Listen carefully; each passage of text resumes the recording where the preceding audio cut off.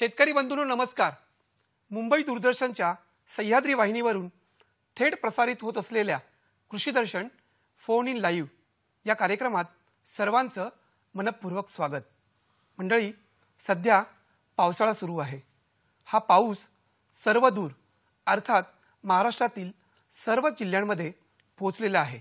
मंडळी, हा ऋतू जसा पावसाळ्याचा आहे तसाच शेतीच्या आणि शेतकऱ्यांच्या दृष्टिकोनातून देखील हा ऋतू अत्यंत महत्त्वाचा आहे, कारण हा हंगाम आहे खरीपाचा.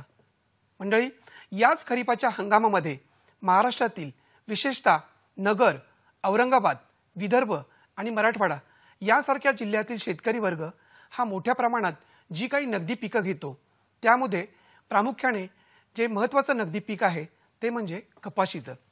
मंडळी, हे कपाशीचं पीक शेती आणि शेतकऱ्याच्या दृष्टिकोनातून, आर्थिक दृष्टिकोनातून अत्यंत महत्त्वाचं असं पीक मानलं गेलेलं आहे. परंतु या कपाशीच्या लागवडीपासून प्रत्यक्ष कपाशीचं पीक तयार होईपर्यंत हा जो कालावधी असतो, या कालावधीमध्ये नैसर्गिकरित्या या कपाशीच्या पिकावर मोठ्या प्रमाणात किडींचा प्रादुर्भाव होतो. वेगवेगळ्या या किडींच्या प्रादुर्भावामुळे मोठ्या प्रमाणात शेतकऱ्यांचं आणि शेतीचं आर्थिक दृष्टिकोनातून मोठं नुकसान होतं. मंडळी, हेच नुकसान जर टाळायचं असेल, या किडींचा बंदोबस्त करायचा असेल तर तो नेमका कसा, हे आपल्याला आजच्या कार्यक्रमात जाणून घ्यायचं आहे. त्यासाठीच आजच्या कार्यक्रमात आपण विषयाचं आयोजन केलेलं आहे, कपाशीवरील किडींचे व्यवस्थापन. मंडळी, कपाशीवरील किडींचे व्यवस्थापन या महत्त्वपूर्ण विषयावरती आज आपण ऑनलाईन संवाद साधणार आहोत डॉक्टर बसवराज भेदे यांच्याशी. डॉक्टर बसवराज भेदे साहेब यांच्याशी आता आपण ऑनलाईनच्या माध्यमातून संवाद साधणार आहोत. डॉक्टर बसवराज भेदे साहेब हे परभणीच्या वसंतराव नाईक मराठवाडा कृषी विद्यापीठात कृषी कीटकशास्त्र विभागात सहाय्यक प्राध्यापक म्हणून कार्यरत आहेत आणि ते आपल्याला थेट ऑनलाईनच्या माध्यमातून आपल्याशी संपर्क साधून या विषयासंदर्भात आपल्याला मार्गदर्शन करणार आहेत. भेदे साहेब, तुमचं कार्यक्रमात मनपूर्वक स्वागत. नमस्कार. आजचा आपला विषय आहे कपाशीवरील किडींचे व्यवस्थापन. हो, मी मगाशीच प्रस्तावनेत सांगितल्याप्रमाणे कपाशीच्या लागवडीपासून प्रत्यक्ष पीक तयार होईपर्यंत या पिकावरती वेगवेगळ्या किडींचा प्रादुर्भाव होतो आणि पिकांचं मोठ्या प्रमाणात नुकसान होतं. याचा थेट उत्पादनावरती कसा आणि किती परिणाम होतो सर? कपाशी पिकावरती बऱ्याच प्रमाणात किडीचा प्रादुर्भाव होतो आणि या किडीच्या प्रादुर्भावामुळे आपल्या उत्पादनात घट येते, म्हणजे आपल्याला उत्पादन कमी भेटतं. त्याचबरोबर काही किडीच्या प्रादुर्भावामुळे आपल्या उत्पादनाची प्रत खराब होते आणि अशा खराब झालेल्या कापसासाठी बाजारात कमी भाव भेटतो आणि त्याचबरोबर काही किडीमुळे विषाणूजन्य रोगाचा प्रसार देखील होतो. आणि सरासरी जर विचार केला, या किडीच्या प्रादुर्भावामुळे 50 ते 60% नुकसान होतं आणि यामध्ये केवळ रस शोषण करणाऱ्या किडी आहेत काही, त्यांच्यामुळे 16 ते 27% नुकसान होतं. आणि बोंडआळ्यामुळे, म्हणजे 3 प्रकारच्या बोंडआळ्या आहेत, त्यामुळे जवळपास म्हणजे 73% नुकसान फक्त बोंडआळ्यामुळे होतं. आणि सरासरी विचार केला तर 50 ते 60% नुकसान किडीच्या प्रादुर्भावामुळे होतं. म्हणजे जर आपण कीड व्यवस्थापन केलं नाही तर आपलं एवढं नुकसान होऊ शकतं. बरं मंडळी, आजचा विषय आहे कपाशीवरील किडींचे व्यवस्थापन. आपण थेट ऑनलाईन संवाद साधतोय बसवराज भेदे साहेबांशी. तुम्ही या कार्यक्रमात सहभागी होऊ शकता आणि भेदे साहेबांना आपले प्रश्न विचारू शकता. त्यासाठी आमचे दूरध्वनी क्रमांक आहेत 022-2490-0232. आपण थेट संपर्क साधून या क्रमांकावरती प्रश्न विचारू शकता. नंबर पुन्हा एकदा टिपून घ्या, 022-2490-0232 आणि आपण आपले प्रश्न भेदे साहेबांना थेट विचारू शकता. भेदे साहेब, आपण आताच उल्लेख केलात की कपाशीवरील हा जो किडींचा प्रादुर्भाव होतो त्यामुळे सरासरी 50 ते 60% नुकसान होतं शेतीचं. हो, मला एक सांगा, कोणकोणत्या प्रकारच्या किडींचा हा प्रादुर्भाव होतो? कपाशीवरील किडीचे 2 प्रमुख गट आहेत. एक रस शोषण करणारे किडी हा एक गट आहे आणि बोंडआळ्या हा या 2 गटातल्या ज्या किडी आहेत सगळ्यात महत्वाच्या आहे. आणि इतर देखील काही दुय्यम किडी आहेत. रस शोषण करणाऱ्या किडीमध्ये 5 प्रमुख आहेत. एक आहे तुडतुडे, दुसरी आहे फुलकिडे, तिसरी आहे मावा, चौथी आहे पांढरी माशी आणि पाचवी आहे पिठ्या टेकून. या 5 रस शोषण करणाऱ्या किडीचा प्रादुर्भाव कपाशीवर मोठ्या प्रमाणात सध्या आढळून येत आहे. आणि 3 बोंडाळ्या आहेत, त्याच्यामध्ये एक आहे ठिपक्याची बोंडाळी, दुसरी आहे अमेरिकन किंवा हिरवी बोंडाळी आणि तिसरी आहे गुलाबी किंवा सेंद्री बोंडाळी. आणि जे की सध्या आपल्या भागामध्ये म्हणजे सेंद्री बोंडाळी आता मागच्या 5-6 वर्षापासून कापसावर आढळून येते. आणि इतर किडीमध्ये म्हटलं तर एक तंबाखूवरील पाने खाणारी अळी आहे. ही जी अळी आहे एक काही ठिकाणी मोठ्या प्रमाणात आढळून येते. आणि दुसरे तांबडे ढेकून आहेत, करडे ढेकून आहेत, काही पाने खाणाऱ्या किंवा पाने गुंडाळणाऱ्या अळ्या आहेत, या दुय्यम किडी आहेत. पण या रस शोषण करणाऱ्या किडी आणि बोंडाळ्या ह्या 2 महत्वाच्या किडी आहेत. रस शोषणाऱ्या किडी आणि बोंडाळ्या या 2 महत्वपूर्ण ज्या किडी आहेत त्यामुळे शेतीचं आणि कपाशीचं मोठ्या प्रमाणात नुकसान होतं, आताच आपण उल्लेख केलात. परंतु कपाशीची बीटी कपाशी हे एक नवीन जात आहे. या कपाशीच्या जातीमुळे कोणत्या किडींचा प्रादुर्भाव रोखता येतो? आता बीटी कपाशीच्या लागवडीचा आपल्या देशामध्ये 2002 पासून सुरुवात झाली. आणि बीटी कपाशी ही आली विशेष करून अमेरिकन बोंडाळी किंवा हिरव्या बोंडाळीच्या व्यवस्थापनासाठी. आणि या अमेरिकन बोंडाळीचं तसंच ठिपक्याच्या बोंडाळीचं या बीटी कापसामुळे चांगल्या प्रकारे नियंत्रण झालेलं आहे. परंतु आता सध्या गुलाबी बोंडाळीचा प्रादुर्भाव यावरती वाढत आहे. आणि रस शोषण करणाऱ्या किडीचं या बीटी कापसामुळे नियंत्रण होत नाही. फक्त हिरवी आणि किंवा बोंडाळ्या जे आहेत ते त्यांचं नियंत्रण होतं. नक्कीच. बेदे साहेब, कार्यक्रमात आपण पुढे जाणारच आहोत. एक फोन घेऊयात. गणेश पाटील बोलतायत चोपडा जळगाव इथून. Hello hello. हा बोला. गणेशजी आपला प्रश्न विचारा. Hello hello. गणेशजी आपला प्रश्न विचारा. हॅलो, आवाज येतोय का माझा? तुमचा आवाज आमच्यापर्यंत पोहोचतोय गणेशजी. हॅलो, आवाज येतोय का? येतोय येतोय. सर नमस्कार. आपला प्रश्न सलग विचारा गणेशजी. सर मी कापूस लागवड केलेली आहे, तर त्याच्यावर मावाचा खूप अटॅक झालेला आहे. बर, सलग प्रश्न विचारा सर. आणि बेदे साहेब, या वर्षाला म्हणजे ऍक्टर फवारणी झाली असून सुद्धा त्याच्यावर म्हणजे असं भला तसा रिझल्ट नाही झालेला अजून. बर. बेदे साहेब नमस्कार. हा नमस्कार, बोला. गणेशजींचा प्रश्न असा होता की त्यांच्याकडे कपाशीचं पीक त्यांनी घेतलेलं आहे आणि त्याच्यावरती मावा जो कीड आहे आपली त्याचा मोठ्या प्रमाणात प्रादुर्भाव झालेला आहे, तर त्याचा बंदोबस्त त्यांनी कसा करायला हवा, काय सांगता येईल? सध्या परिस्थितीमध्ये मावा किडीचा प्रादुर्भाव आढळून येत आहे. मावा किडीचा प्रादुर्भाव पिकाच्या सुरुवातीला आणि नंतर शेवटी आढळून येतो. आणि या मावा किडीच्या व्यवस्थापनासाठी काही रासायनिक कीटकनाशक आहेत, त्यांची फवारणी करावी. त्यामध्ये प्रामुख्याने आहेत फ्लोनिकॅमाइड 50% हे कीटकनाशक आहे. हे 2 ग्रॅम प्रति 10 लिटर पाण्यात मिसळून फवारावे. किंवा मग जर प्रमाण कमी असेल तर निंबोळी अर्काचा वापर करावा. 5% निंबोळी अर्काचा किंवा बाजारामध्ये जे अझाडिरॅक्टिन हे 3000 ppm चं जे उपलब्ध निंबोळीवर आधारित कीटकनाशक आहे त्याचा वापर करावा. या कमी प्रमाण असेल तर. जर जास्त प्रमाण असेल तर रासायनिक कीटकनाशक आहे हे 30 मिली 10 लिटर पाण्यात मिसळून फवारावे. या दोन्हीपैकी कुठल्याही एका कीटकनाशकाची फवारणी घ्यावी. म्हणजे मावा किडीचा बंदोबस्त जर करायचा असेल तर तो रासायनिक आणि जैविक पद्धती अशा दोन्ही पद्धतीने करता येणं शक्य आहे. हो, नक्कीच. मंडळी, कपाशीवरील किडींचे व्यवस्थापन या विषयासंदर्भात आपण पुढे असा संपर्क साधणार आहोत. बेदे साहेब आपल्याशी ऑनलाईन संपर्कात राहणार आहेत. परंतु आता घेऊयात एक व्यावसायिक विश्रांती.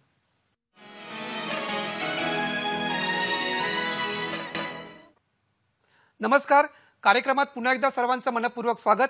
आजचा आपला विषय आहे कपाशीवरील किडींचे व्यवस्थापन आणि आपण थेट ऑनलाईन संवाद साधतोय डॉक्टर बसवराज भेदे यांच्याशी. भेदे साहेब, आपले एक प्रेक्षक आहेत, शेतकरी आहेत, त्यांचा आपण प्रश्न घेऊयात. ज्ञानेश्वर सोलंकी बोलतायत भिलोरा अकोला इथून. Hello hello. ज्ञानेश्वरजी आपला प्रश्न विचारा. हा सर, माझ्या म्हणतो कपाशीवरील बोंडअळीचा प्रादुर्भाव आहे. तर भरपूर बोंडअळी आलेली आहे, म्हणजे त्याच्यावर आम्हाला हे दावा काय म्हटलं. धन्यवाद, आपला प्रश्न कळला. बेदे साहेब, हा, आपले एक प्रेक्षक आहेत ज्ञानेश्वरजी, अकोल्याहून ते बोलत होते.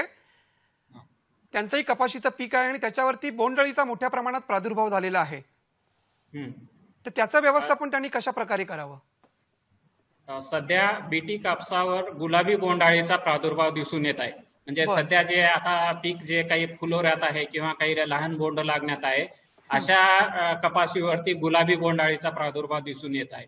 म्हणजे आपल्याला जर पाहिलं, काही फुलं जे आहेत ते अर्धवट जे गुलाबाची कळी असते तसं ते फुल उमलत नाही आणि त्या बर. फुलामध्ये जर बघितलं तर आळी आपल्याला दिसून येईल.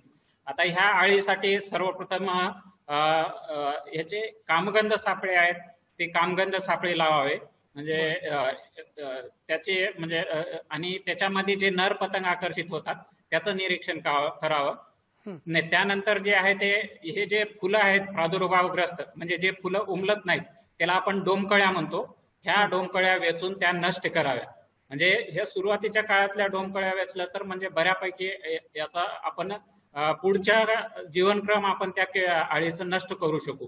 आणि त्याचबरोबर एक निंबोळी अर्काचे जर प्रमाण कमी असेल तर निंबोळी अर्काची 5% निंबोळी अर्काची किंवा बाजारात जे उपलब्ध आहे अझाडिरॅक्टिन त्याची फवारणी करावी.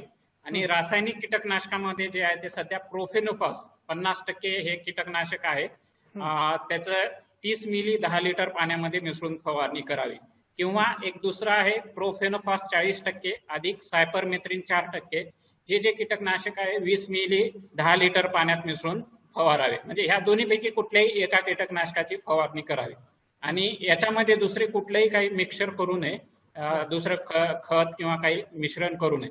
फक्त केवळ हे दोनपैकी कुठल्याही एका कीटकनाशकाची फवारणी करावी. कारण की हे प्रोफेनोफॉस जे आहे अंडी आणि आळी या दोन्ही अवस्थेला मारतं, म्हणून सुरुवातीच्या अवस्थेमध्ये यापैकी कुठल्याही एका कीटकनाशकाची फवारणी करावी. म्हणजे कामगंध सापळे असतील किंवा रासायनिक पद्धतीने याचा बंदोबस्त आपण करू शकतो. बेदे साहेब, ज्ञानेश्वरजींचा जो प्रश्न होता त्याच प्रश्नाच्या अनुषंगाने माझा पुढला प्रश्न असा आहे की सध्या मोठ्या प्रमाणात शेतकरी वर्गाने कापसाची लागवड केलेली आहे, तर या कापसाच्या पिकावरती मोठ्या प्रमाणात किडींचा प्रादुर्भाव झालेला असेल, सद्यस्थिती नेमकी काय आहे? सद्यस्थिती जर बघितली तर म्हणजे पिकाच्या थोड्या अवस्थेनुसार, म्हणजे जे आता सुरुवातीला जे जूनच्या सुरुवातीला लागवड केली त्यांच्या शेतामध्ये गुलाबी बोंडाळी आणि फुलकिडे या दोन किडीचा थोडा प्रादुर्भाव म्हणजे जास्त दिसून येत आहे. आणि जे लहान थोडं उशिराचे जुलै मधले पीक आहे त्यांच्या पिकावरती मावा आणि तुडतुडे या दोन किडीचा प्रादुर्भाव मोठ्या प्रमाणात आहे. बर सर, आपण एक फोन घेऊयात. नागपूरवरून देवेंद्र शेंडे बोलतात. हॅलो हॅलो देवेंद्रजी, आपला प्रश्न विचारा. नमस्कार देवेंद्रजी. नमस्कार सर. हा हॅलो. नमस्कार, आपला प्रश्न विचारा. प्रश्न असा आहे की 2 हेक्टर मध्ये मी कपाशीची लागवड केली आहे की त्यामध्ये मग आमच्या मतलब 2 हेक्टरला मतलब चुरडा चाललाय पूर्ण, त्यासाठी उपाय काहीतरी. तुरडा. Hello hello Devendraji. हॅलो. मतलब चुरडलेलं आहे पूर्ण, झाड असे चुरडून गेले. बर बर बर बर कळला, तुमचा प्रश्न कळला. बेदे साहेब, कधी लागवड केलेली? Hello Devendraji. Hello Devendraji. Hello hello. हा देवेंद्रजी, आपण लागवड कधी केली होती? जे ऐकत आहोत. आपण लागवड कधी केली होती कपाशीची? सर आम्ही जुलै महिन्यामध्ये. जुलै महिन्यामध्ये. ठीक आहे. जुलै महिन्यामध्ये 3 तारखेला. बर. बेदे साहेब, त्यांनी जुलै महिन्यामध्ये लागवड केली होती आणि संपूर्ण ज्या पिकांचा चुरडा झालेला आहे, तर त्यावरती काय आता उपाय सांगता येईल? जी त्यावरचा उपाय. तुमच्या ह्याच्यावरती मावा ह्या कीटकाचा प्रादुर्भाव आहे. म्हणजे शेंड्याकडचे जर पानं बघितले तुम्ही, त्याच्या खालच्या बाजूला खूप सारे तुम्हाला किडी दिसून येतील, मावा. आणि पानं जे आहेत ते आकसलेले, म्हणजे आकसून वरचा टोकते आणि थोडी वाढ खुंटते. तर या माव्याच्या व्यवस्थापनासाठी तुम्ही निंबोळी अर्काची फवारणी करा, किंवा फ्लोनिकॅमाइड 50% हे जे कीटकनाशक आहे 2 ग्रॅम 10 लिटर पाण्यामध्ये, किंवा फिप्रोनिल 5% हे 30 मिली 10 लिटर पाण्यामध्ये, दोन्हीपैकी कुठल्याही एका कीटकनाशकाची फवारणी करावी. बर. मंडळी, कपाशीच्या पिकावरती ज्या वेगवेगळ्या किडींचा प्रादुर्भाव होतो, म्हणजे रस शोषणाऱ्या अळ्या असतील किंवा बोंडाळे असतील, यांचा जो प्रादुर्भाव होतो त्याचा बंदोबस्त नेमका कसा करायचा हे आपल्याला सविस्तर जाणून घ्यायचं आहे. परंतु आता घेऊया एक छोटीशी व्यावसायिक विश्रांती.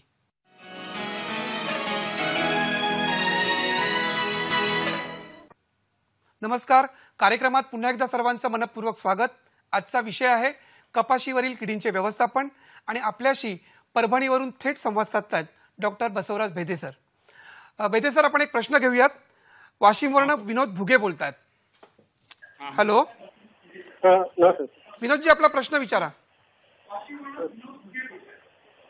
सर कपाशीवर सर आपल्या टीव्ही पांढरी माशी आणि हा हॅलो मावा आणि पांढरी माशी आहे सर. मावा आणि पांढरी माशी.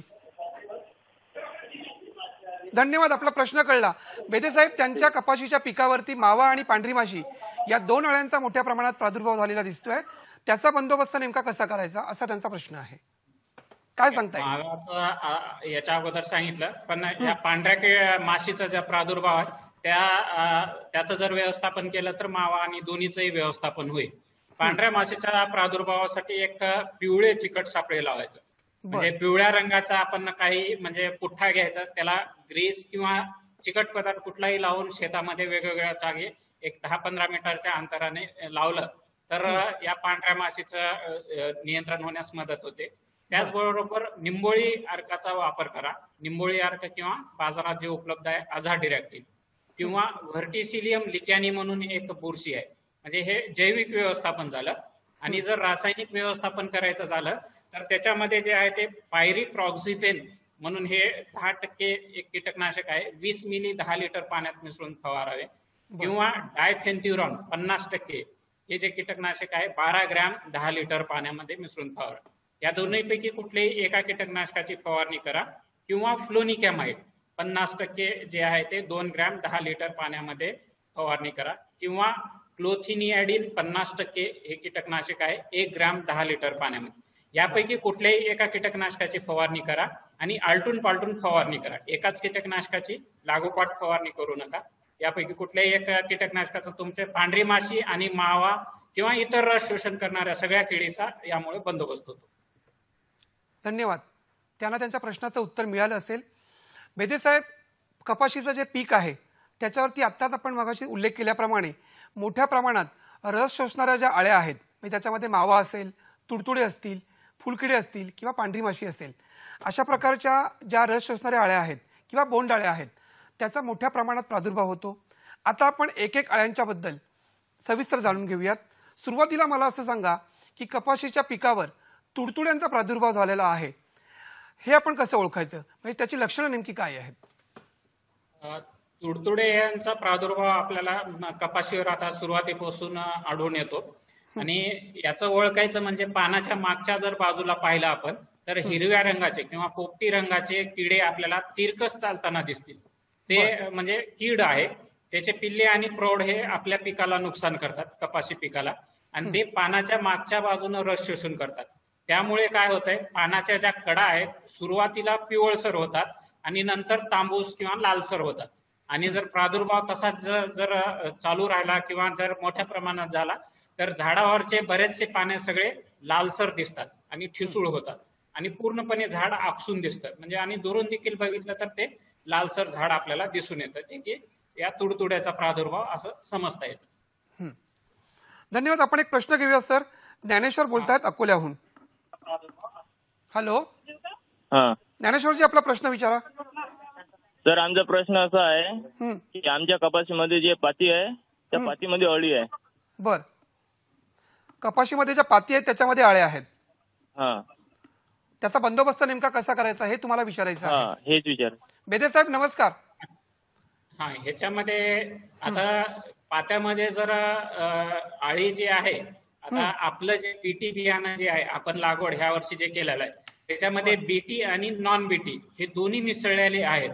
आणि त्याच्यामध्ये काही ठिकाणी ठिपक्याची बोंडाळी किंवा अमेरिकन किंवा हिरवी बोंडाळी हे जे आढळून येत आहे ते काही ठिकाणी फक्त नॉन बीटीवरच आहे, म्हणजे जे बिगर बीटी आहे. आणि तसं जर प्रमाण कमी असेल तर शेतकऱ्यांनी घाबरायचं कारण नाही. बीटी कापसामुळे म्हणजे ते बीटी वरती ते खाणार नाहीत सध्या तर. फक्त जे काही प्रादुर्भाव दिसून येत आहे ते हे म्हणजे नॉन बीटीवर किंवा बिगर बीटीवर आहे. आणि जे आपल्या फुलामध्ये जे आळी दिसते ते गुलाबी किंवा सेंद्रिय बोंडाळी म्हटलं. ह्याच्या अगोदर सांगितलेलंच आहे, जे की गुलाबी बोंडाळीसाठी निंबोळी अर्काची फवारणी करा, त्याची कामगंध स्थापन लावा आणि रासायनिक कीटकनाशकाचा प्रोफेनोफॉस 50% ते घ्या किंवा प्रोफेनोफॉस 40% अधिक सायपरमेथ्रिन 4%, या दोन्हीपैकी कुठल्याही एका कीटकनाशकाची फवारणी करा. नक्कीच. ज्ञानेश्वरजींचा प्रश्न होता, त्याच्या पूर्वी आपण बोलत होतो की कपाशीच्या पिकावरती ज्या तुडतुड्यांचा प्रादुर्भाव होतो त्याची लक्षणं नेमकी काय आहेत. म्हणजे पानं पिवळसर पडणं, पानं तपकिरी पडणं आणि झाडं आकसलेली दिसणं ही त्याची लक्षणं आहेत. परंतु बेदेसाहेब, मला असं सांगा की या तुडतुड्यांप्रमाणेच फुलकिड्यांचा देखील मोठ्या प्रमाणात प्रादुर्भाव होतो, तर त्याची नेमकी लक्षणं काय आहेत आणि या फुलकिड्यांच्यामुळे कपाशीच्या पिकाचं किती मोठ्या प्रमाणात नुकसान होतं? हा, फुलकिडे हे देखील आता इथून पुढे जे आहे ते फुलकिड्याचा प्रादुर्भाव वाढू शकतो. कारण की पावसामध्ये खंड पडल्यानंतर ही फुलकिडी वाढते आणि फुलकिडे सहजासहजी आपल्या डोळ्यांना दिसत नाहीत. आणि शेतकऱ्यांना कसं एकदम प्रादुर्भाव मोठ्या प्रमाणात झाला आणि पानं जर तपकिरी काळसर दिसत असेल किंवा झाडा एकदम थोडं कोमजल्यासारखे दिसलं, तेव्हा शेतकऱ्यांना लक्षात येतं की इथं प्रादुर्भाव आहे. फक्त आता शेतकऱ्यांनी इथून फक्त पानाच्या मागच्या बाजूला सिरेजवळ कुठली कीड दिसते का, फक्त का हालचाल दिसते आपल्याला, एकदम पूर्णपणे कीड दिसत नाही. जर भिंगाचा वापर केला तर आपल्याला ते कीड दिसेल. आणि ते पानाच्या मागचा भाग जे आहे ते खरवडते आणि जसं आपल्याला जखम होते त्याच प्रकारे पानाला देखील जखम होते आणि त्यामुळे सुरुवातीला ते पान जे आहे ते चमकदार म्हणजे पांढरट चकाकतं आणि ते 2-3 दिवसानं ते पुन्हा तपकिरी पडतं आणि असे पानं कडक होतात आणि मग आपले म्हणजे झाड पूर्ण निस्तेज दिसतं. अशा प्रकारे जर असेल तर ते फुलकिड्याचा प्रादुर्भाव असतो. म्हणजे थोडक्यात फुलकिडी आणि तुडतुडे यांची लक्षणं जी आहेत ती जवळजवळ सारखीच असतात. पानं पिवळसर पडणं किंवा पानं तपकिरी होणं, झाड आकसल्यासारखं दिसणं. तर या संदर्भात आपण बोलणारच आहोत, पण तत्पूर्वी डॉक्टर शिवाजी तेलंग आहेत, जे सहाय्यक कीटकशास्त्रज्ञ आहेत. बर हा, बैदेसाहेब, हा बोला. आताच आपण तुडतुड्यांविषयी सांगितलं, फुलकिड्यांच्या विषयी सांगितलं, परंतु कपाशीच्या पिकावरती मोठ्या प्रमाणात पांढऱ्या माशींचा देखील प्रादुर्भाव होतो. तर या पांढऱ्या माशींचा प्रादुर्भाव नेमका कोणत्या कालावधीमध्ये आणि किती मोठ्या प्रमाणात होतो, त्यामुळे किती मोठ्या प्रमाणात नुकसान होतं? हा, पांढऱ्या माशीचा प्रादुर्भाव तसं सुरुवातीपासून दिसून येतो, पण प्रमाण खूप कमी असतं. पण सप्टेंबर नंतर म्हणजे पावसाळा संपल्यानंतर जसं हिवाळा सुरुवात होतो त्यावेळेस पांढऱ्या माशीचा प्रादुर्भाव वाढतो आणि त्यावेळेस म्हणजे शेतामध्ये खूप मोठ्या प्रमाणात म्हणजे शेतात शिरल्यानंतर आपल्याला म्हणजे खूप सारे कीटक उडल्यासारखे, म्हणजे हे प्रौढ माशी उडते, म्हणजे शेतकरी सर्वसाधारण त्यांना घोंगाना म्हणतात आणि हे आपल्या सप्टेंबर ऑक्टोबर मध्ये जास्त प्रमाणात दिसून येते. बर, म्हणजे लागवडीपासून सप्टेंबर ते ऑक्टोबर या कालावधीमध्ये मोठ्या प्रमाणात या पांढऱ्या माशांचा प्रादुर्भाव होतो. हा बैदेसाहेब. हा, विशेष करून म्हणजे नुकसान जे होतं ते सप्टेंबर ऑक्टोबर नंतर जे प्रादुर्भाव होतं त्यापासून होतं, त्यावेळेस जास्त संख्या वाढते. बर मंडळी, आपण आता संवाद साधणार आहोत डॉक्टर शिवाजी तेलंग यांच्याशी. डॉक्टर शिवाजी तेलंग हे वसंतराव नाईक मराठवाडा कृषी विद्यापीठ परभणी अंतर्गत कापूस संशोधन केंद्र नांदेड येथे सहाय्यक कीटकशास्त्रज्ञ म्हणून कार्यरत आहेत आणि त्यांच्याशी आपण आता संवाद साधणार आहोत. तेलंग साहेब नमस्कार. हॅलो. हा, तेलंग साहेब नमस्कार. नमस्कार. कृषी दर्शन कार्यक्रमात तुमचं मनपूर्वक स्वागत. नमस्कार सर. आजचा आपला विषय आहे कपाशीवरील किडींचे व्यवस्थापन. नमस्कार. आपला आजचा विषय आहे हा सर, कपाशीवरील किडींचे व्यवस्थापन. हा बरोबर. मला असं सांगा की या कपाशीच्या पिकांवरती प्रामुख्याने 2 प्रकारच्या किडींचा मोठ्या प्रमाणात प्रादुर्भाव होतो. बरोबर. रस शोषणाऱ्या आळ्या आणि बोंडअळ्या. तर सर, बोंडअळ्यांचं जैविक पद्धतीने नियंत्रण कशा प्रकारे करता येणं शक्य आहे? ठीक आहे. सर, तुमचा टीव्ही संचाचा आवाज कमी करा. हा ठीक आहे. हा, शेतकरी बंधूंनो, आपण जे काही रासायनिक कीटकनाशकावर भर देतो, बर, आता सहज आपण कुठल्याही कृषी सहाय्यक असतील किंवा संशोधन केंद्रावर असेल, आपण सहज म्हणतो की बाबा रासायनिक कीटकनाशकाची फवारणी करा. परंतु सध्या असं प्रयोगांती आढळून आलेलं आहे की सध्या रस शोषण करणाऱ्या ज्या किडी आहेत त्या किडीमध्ये सध्या मावाची परिस्थिती म्हणजे मावा किडीचे प्रादुर्भाव आढळून येत आहे. परंतु ज्या ठिकाणी काहीही स्प्रे केला नाहीये, फक्त जैविक पद्धतीने म्हणजे निंबोळी आर 5% याची फवारणी केली तर मावा तिथं बिलकुल म्हणजे आर्थिक नुकसानीच्या पातळीच्या खाली आहे. तर शेतकरी बंधूंना माझी याची विनंती आहे की केवळ कीटकनाशकावर म्हणजे रासायनिक कीटकनाशकावर अवलंबून न राहता एकात्मिक कीड नियंत्रण पद्धतीचा अवलंब करायचा आहे. त्याच्यामध्ये रस शोषण करणाऱ्या किडी जरी मावा, तुडतुडे, फुलकिडे, पांढरी माशी असेल त्यांच्यासाठी फक्त आणि फक्त एकच कीटकनाशक मारायचे आणि मोठी लिस्ट घेऊन मारायचं नाही. आता हे फिप्रोनिल सारखे, सायपरमेथ्रिन सारखे जर औषधं आपण मारली तर आपल्याला चिकटा होण्याची स्थिती असते. फिप्रोनिल हे बॅड इन्सेक्टिसाइड आहे. फक्त एखादं इन्सेक्टिसाइड आर्थिक नुकसानीची पातळी ओलांडली तर फ्लोनिकामिड सारखं 5 ग्राम प्रति 10 लिटर पाण्यात निंबोळी आरच्या सोबत मारायचंय. आणि दुसरी जी गोष्ट आहे बोंडाळ्यामध्ये आता ह्याच्यामध्ये चिपक्याची बोंडाळी आणि हिरवी बोंडाळी या 2 बोंडाळ्या भीतीमुळं येत नाहीये. फक्त आता सेंद्रिय बोंडाळी काही प्रमाणामध्ये फुलामध्ये आढळून येत आहे. तर याच्यासाठी एकात्मिक कीड नियंत्रण पद्धतीचा अवलंब करायचा आहे.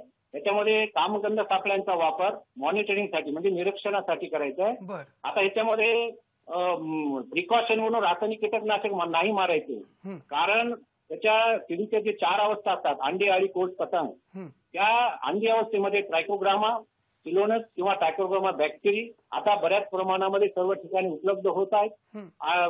त्याच्यानंतर कामगंध सापळ्यांचा वापर मॉनिटरिंगसाठी 5 कामगंध सापळे प्रति हेक्टरी किंवा जर आपल्याला मास ट्रॅपिंग करायचं असेल तर 20 ट्रॅप आपण जर लावले प्रति हेक्टरी तर आपल्याला पतंग अवस्थेमध्ये त्याचा नाश करता येतो. आणि तसेच आता अंडी आणि अळी अवस्थेमध्ये पहिल्या जर याच्यामध्ये आले असेल, पहिलं जे इन्स्टार असतो त्या इन्स्टार मध्ये किंवा अंडी अवस्थेमध्ये आपण क्लिनॉल फास्टचं औषध मारून त्याचं अंडीची नाहीसं करू शकतो. आणि स्मॉल जे काही पहिला हे आहे पहिल्या इन्स्टार त्याचं सुद्धा आपण व्यवस्थितपणे करत होतो. परंतु रासायनिक कीटकनाशकावर केवळ अवलंबून न राहता एकात्मिक कीड नियंत्रण पद्धतीच्या त्याच्यामध्ये आता पांढरी माशी किंवा तुडतुडे, फुलकिडे असेल त्याच्यामध्ये नीम ऑइल सुद्धा वापर करणं महत्वाचं आहे. थोडक्यात आपल्याला असं म्हणता येईल सर की या ज्या बोंडाळ्या आहेत त्याचा जो प्रादुर्भाव होतो तो रोखण्यासाठी रासायनिक कीटकनाशकांच्या ऐवजी आपण जर जैविक पद्धतीने या कीटकांचा बंदोबस्त केला, या अळ्यांचा बंदोबस्त केला तर तो नक्कीच चांगला आहे. हो सर, आपण कार्यक्रमात सहभागी झालात त्याबद्दल आपले मनपूर्वक आभार. धन्यवाद सर. मंडळी, आपण आज संवाद साधतोय डॉक्टर बसवराज भेदे यांच्याशी आणि आजचा आपला विषय आहे कपाशीवरील किडींचे व्यवस्थापन. भेदे साहेब, तुमच्या कार्यक्रमात पुन्हा एकदा स्वागत. मंडळी, आपण घेणार आहोत एक व्यावसायिक विश्रांती.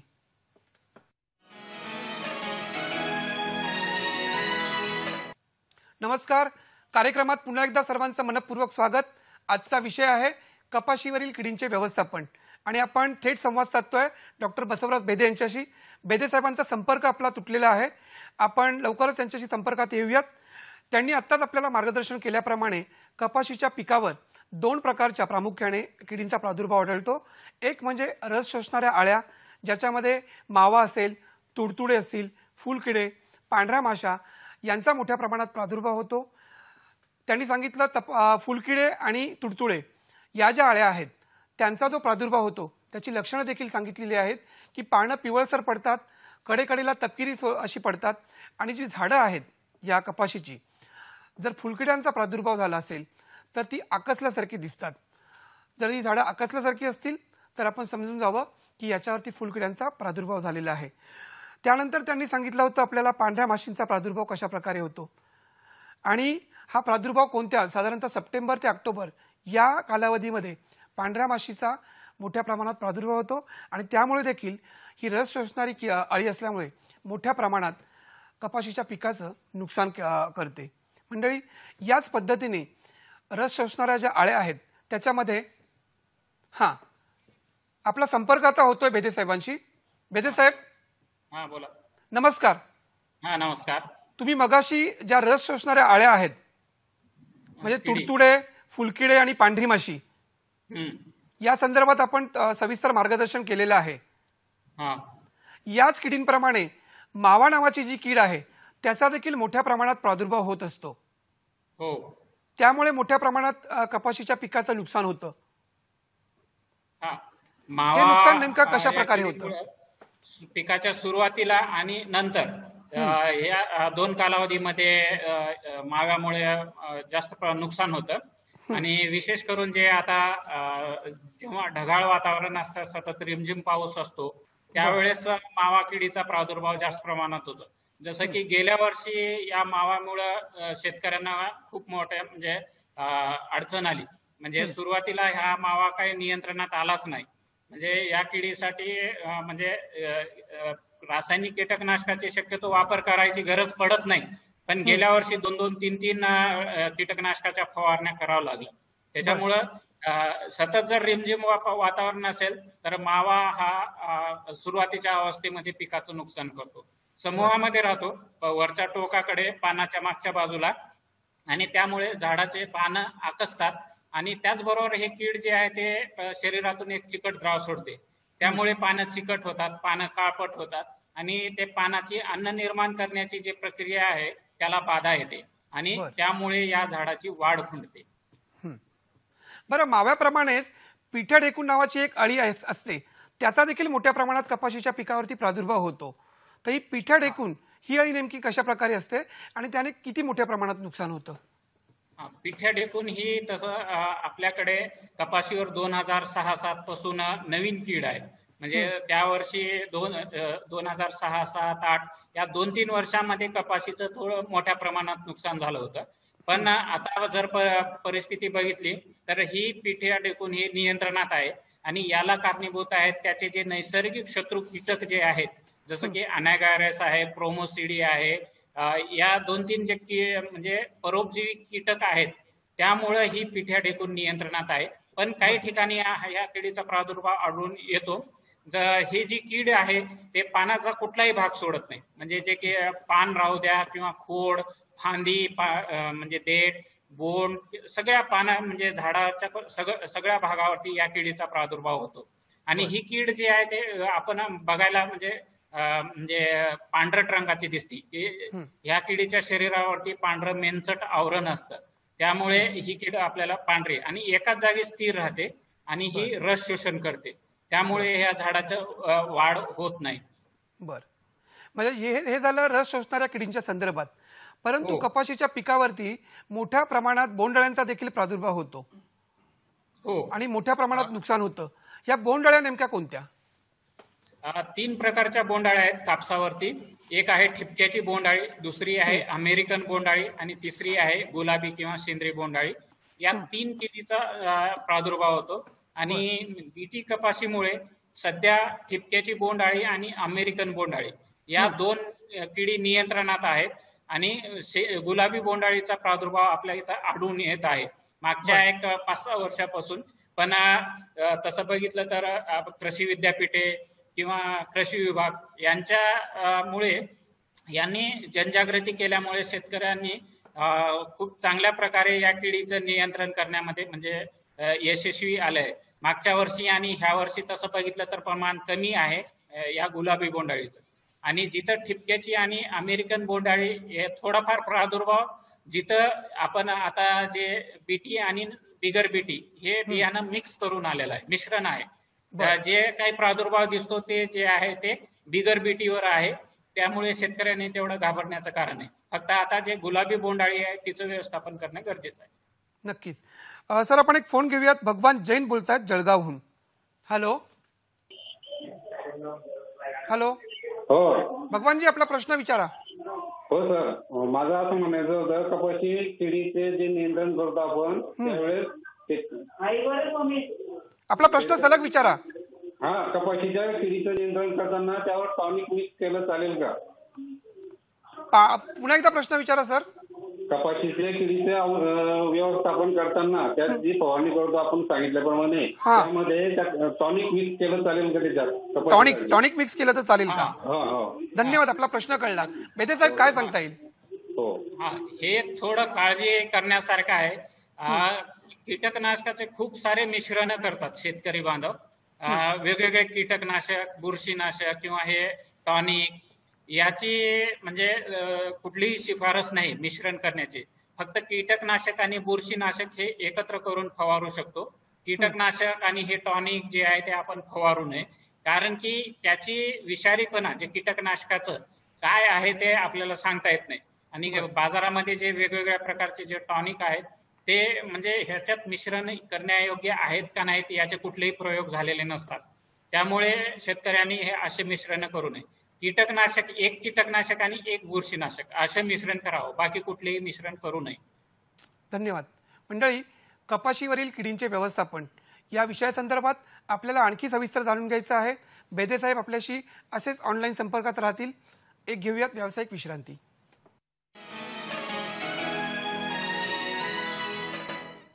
नमस्कार, पुन्हा एकदा कार्यक्रमात मनपूर्वक स्वागत. आजचा विषय आहे कपाशीवरील किडींचे व्यवस्थापन आणि या विषयासंदर्भात आपल्याशी थेट ऑनलाईन संपर्क साधतायत डॉक्टर बसवराज भेदे साहेब. भेदे साहेब, मला असं सांगा की कपाशीवर तंबाखूचे पाने खाणारी एक कीड असते, हो, तर या किडी संदर्भात काय सांगता येईल? त्याची लक्षणं कोणती आहेत आणि त्याचं व्यवस्थापन नेमकं कशा पद्धतीने करणं गरजेचं आहे? हे तंबाखूवरील पाने खाणारी अळी ही दुय्यम प्रकारची आहे. तसं बघितलं तर सोयाबीन वरती या किडीचा जास्त प्रमाणात प्रादुर्भाव होतो आणि जिथं सोयाबीनचा प्रादुर्भाव झालेला आहे तिथून ही अळी कापसावरती येऊ शकते. म्हणून काही काही ठिकाणी आता 15 ऑगस्ट ते 15 सप्टेंबर या 1 महिन्याच्या कालावधीमध्ये थोडं या किडीबद्दल जागरूक राहणं गरजेचं आहे. कारण की ही कीड एकदा आली तर 2-3 दिवसात म्हणजे आपल्या शेताचं पूर्ण म्हणजे झाडावरचे सगळे पानं फस्त करू शकते. त्यामुळे या किडीचं या कालावधीमध्ये थोडं निरीक्षण करणं गरजेचं आहे. आणि ह्याची जी अळी आहे ते पानं कुरतोडून खाते आणि सुरुवातीला पानांना लहान लहान छिद्र दिसतात आणि जर प्रादुर्भाव झाला तर फक्त पानाच्या शिरात शिल्लक राहतात, पूर्ण झाडावरचे पानं खाऊन टाकतात. आणि कधी कधी फक्त बोंडावरती देखील या किडीचा प्रादुर्भाव दिसून येतो. बर, प्रभाकर खरवाडे बोलतात आपल्याशी परभणीहून. Hello hello hello. हा हॅलो सर. हा प्रभाकरजी, आपला प्रश्न विचारा.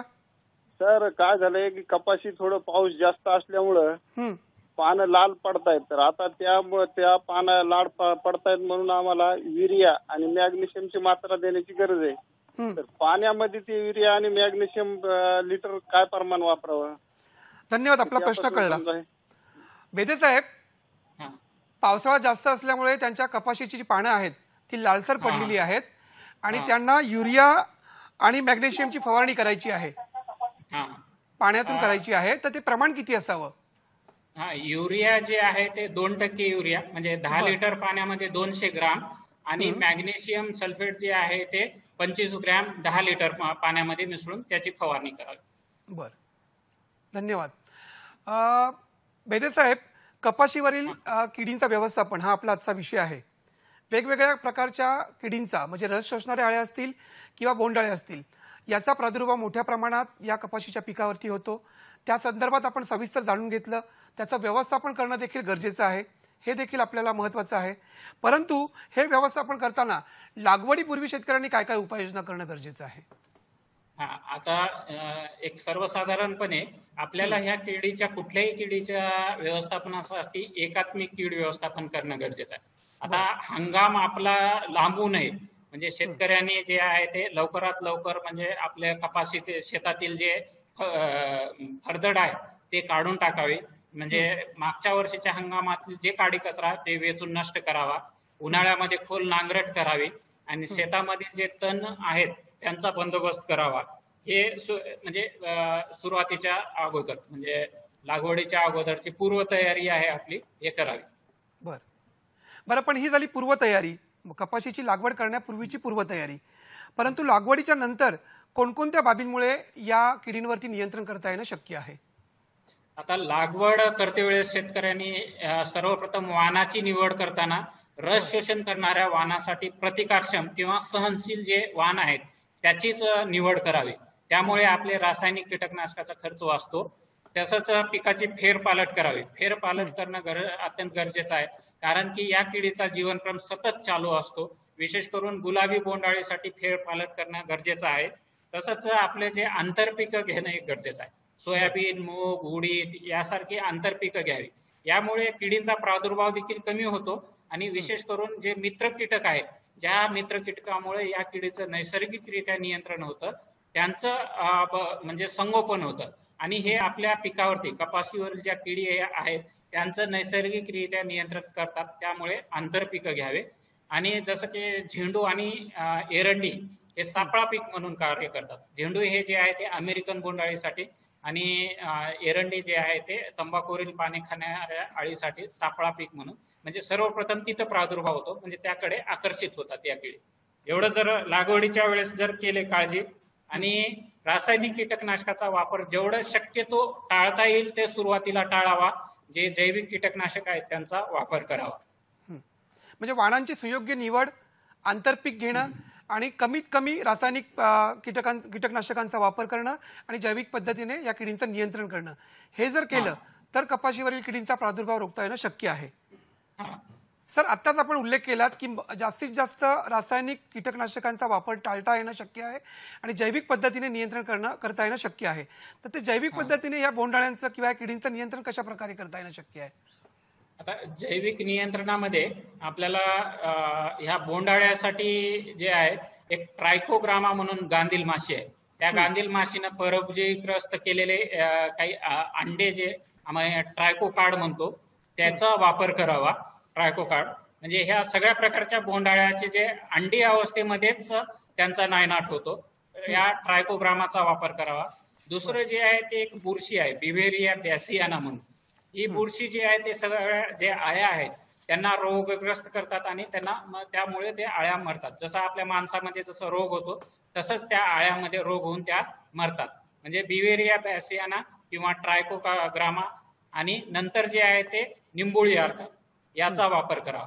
असं जर वापर केला तर म्हणजे आपण जैविकरित्या या किडीचा बंदोबस्त करू शकतो. म्हणजे जर कीड कमी प्रमाणात असेल तर या जैविक म्हणजे कीडनाशकामुळे या बोंडाळ्याचा आपण चांगल्या प्रकारे नियंत्रण करू शकतो. नक्कीच. सर, आपल्याकडे वेळ खूप कमी आहे, वेळेची मर्यादा आहे. अगदी शेवटी जाता जाता मला थोडक्यात असं सांगा की शेतकऱ्यांनी कपाशीवरील या किडींचं व्यवस्थापन करायचं असेल, हे व्यवस्थापन जर करायचं असेल अचूक पद्धतीने, तर काय टिप्स द्याल नेमक्या?